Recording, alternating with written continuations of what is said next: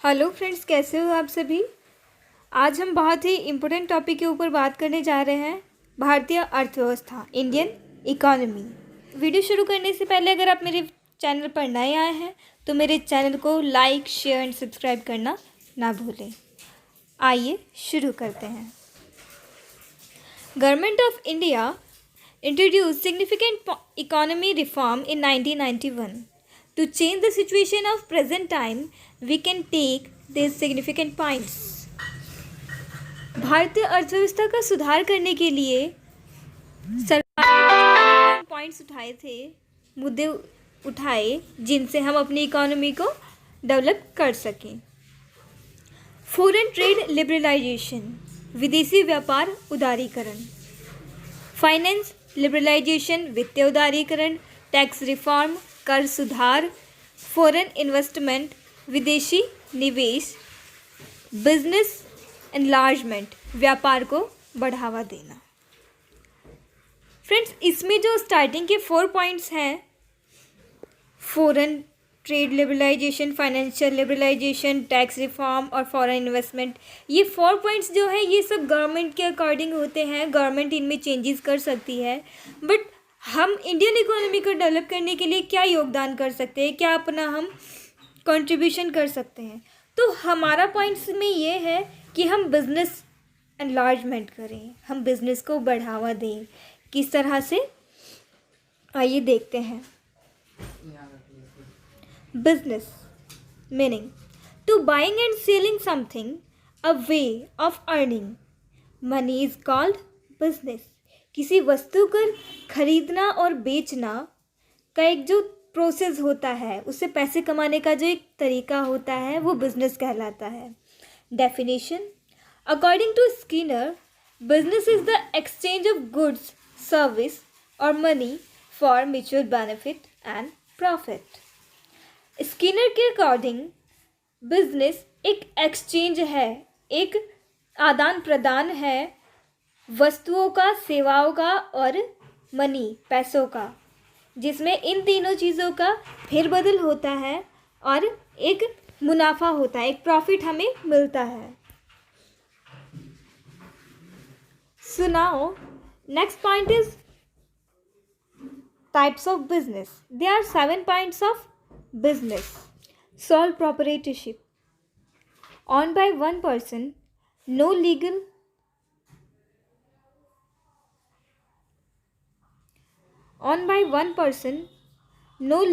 or financial disputes between business and business owner.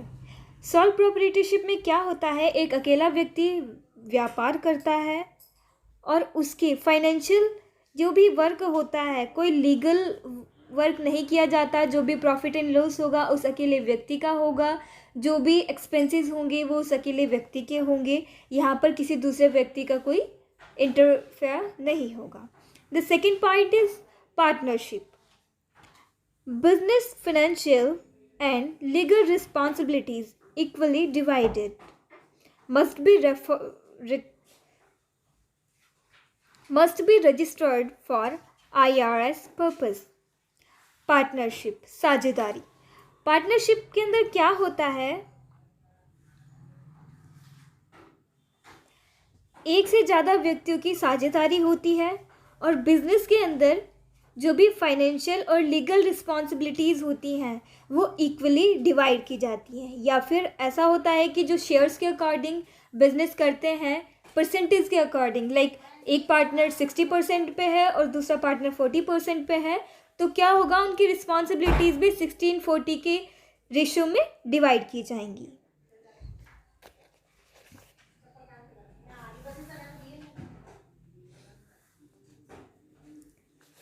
Then third point is limited partnership, ideal for those interested in raising capital from investor who are not active in day-to-day duties. Limited partnership, limited से यहाँ पर पहले ही पता चल रहा है कि बहुत लिमिटेड या कुछ छोटे टाइम के लिए या छोटे जिनका सहयोग होगा। इट मीन्स उन निवेशकों के लिए पूंजी जुटाने में रुचि रखने वाले जो आदर्श जो अपनी डेली ड्यूटीज़ को नहीं कर पाते, लेकिन हाँ वो पार्टनरशिप कर सकते हैं, उनकी लिमिटेड यहाँ पर दायित्व होता है या रिस्पॉन्सिबिलिटीज़ होती हैं, लिमिटेड वर्क करते हैं वो यहाँ पर।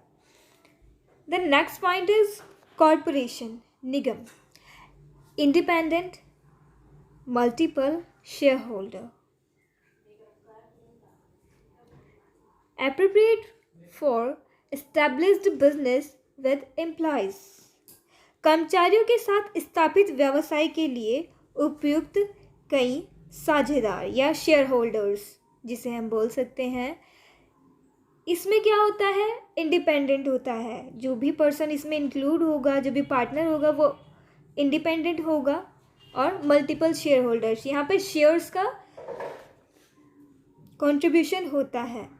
जैसे कुछ कंपनीज में या कुछ ऑफिसेज में क्या किया जाता है कि अपने बिजनेस का पार्टनर अपने एम्प्लॉयज़ को ही बनाया जाता है, या कुछ जो एम्प्लॉयज़ होते हैं वो भी इसमें कंट्रीब्यूशन कर सकते हैं, शेयर्स खरीद सकते हैं, तो ये उस तरह का होता है।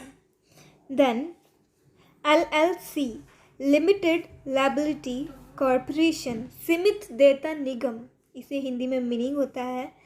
Then blend of partnership and corporation, no personal properties at risk, less regulation, साझेदारी और निगम का मिश्रण, जोखिम कम, विनियमन के रूप में कोई व्यक्तिगत संपत्ति नहीं, इट मीन्स को इसमें इनके कोई पर्सनल प्रॉपर्टी नहीं होती है, और जो लॉस होता है वो भी कम होता है। देन नॉन प्रॉफिट मीन्स गैर लाभकारी, इसमें यहाँ पर प्रॉफिट का कोई मतलब नहीं होता है। अर्निंग पे expenses of companies can apply to tax exempt status, it means company के आय का भुगतान व्यय कर मुक्ति स्थिति के रूप में आवेदन करता है। इट मीन्स जो कंपनी के जो दायित्व होते हैं उन्हें पे करता है, सिर्फ कंपनी के खर्चों को संभालता है, इसमें कोई हमारा प्रॉफिट नहीं होता है, जो एक्सपेंसेस होते हैं उन्हीं सब चीज़ों को हम यहाँ पर संभालते हैं।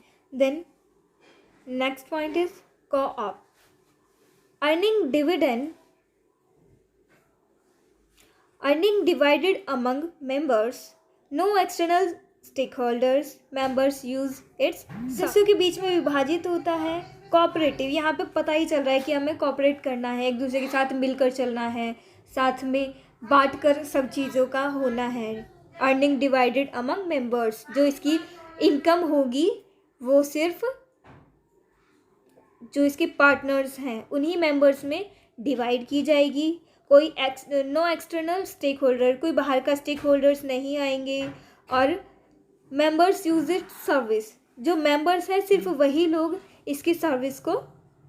फ्रेंड्स, इस वीडियो में हमने जाना कि हम अपने इकोनॉमी को किस तरह से डेवलप कर सकते हैं, किन किन पॉइंट्स के थ्रू कर सकते हैं, इसमें गवर्नमेंट की क्या रिस्पॉन्सिबिलिटीज़ होती है, गवर्नमेंट किस तरह से इकोनॉमी को डेवलप करती है, और जो पॉपुलेशन है या जो हम लोग हैं हम नॉर्मली किस तरह से अपना कंट्रीब्यूशन कर सकते हैं बाय बिजनेस एनलार्जमेंट। हमें यहाँ पर बिज़नेस को बढ़ावा देना है, और हमने यहाँ पर जाना बिज़नेस के पॉइंट्स, बिज़नेस कितने तरह के होते हैं।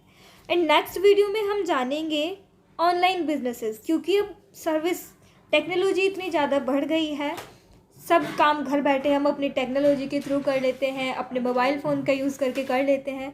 तो नेक्स्ट वीडियो में हम बताएंगे ऑनलाइन बिजनेस क्या होता है और ऑनलाइन बिजनेस कितने टाइप्स का होता है।